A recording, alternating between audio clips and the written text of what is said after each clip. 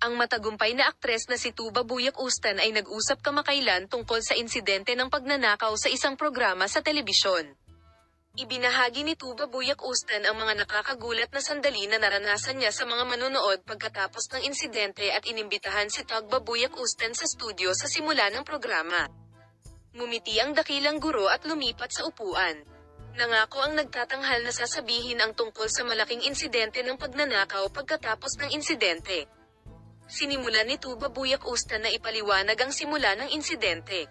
"Wala ako sa bahay noong araw na iyon, nasa labas ako para sa trabaho," sabi niya. Ipinaliwanag niya kung paano nangyari ang insidente. Sinabi niya na ginawa ito ng mga magnanakaw na nanloob sa kanyang bahay matapos i-disable ang mga security camera.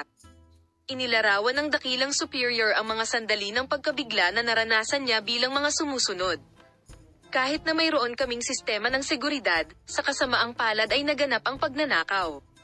Sinabi niya na ang mga magnanakaw na pumasok sa kanyang bahay ay ninakaw ang kanyang maingat na piniling mga mahahalagang bagay at ang sitwasyong ito ay lubhang nakaapekto sa kanya. Sinabi ni Tuba Buyak-Ustan na isang kalamangan para sa walang tao sa bahay sa panahon ng insidente.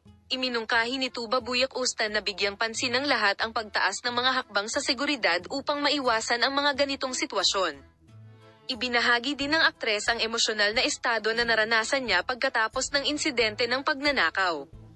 "Talagang mahirap na sitwasyon para sa isang taong pumapasok sa aming tahanan upang hawakan ang aming mga personal na gamit at pakialaman ang aming mga pribadong alaala. Normal na ang mga ganitong pangyayari ay yumanig ng malalim sa mga tao."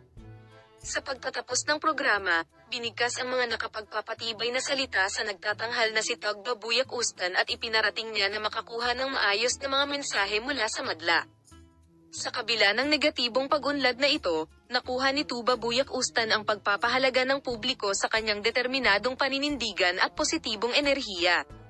Nagtapos ang programa sa pamamagitan ng pagsasabi sa mga manonood kung paano pinangangasiwaan ni Tuba Buyak-Ustan ang insidente ng pagnanakaw at kung paano siya nagpatuloy sa isang positibong pananaw. "Salamat sa lahat ng nanonood ng aking video. See you in new videos."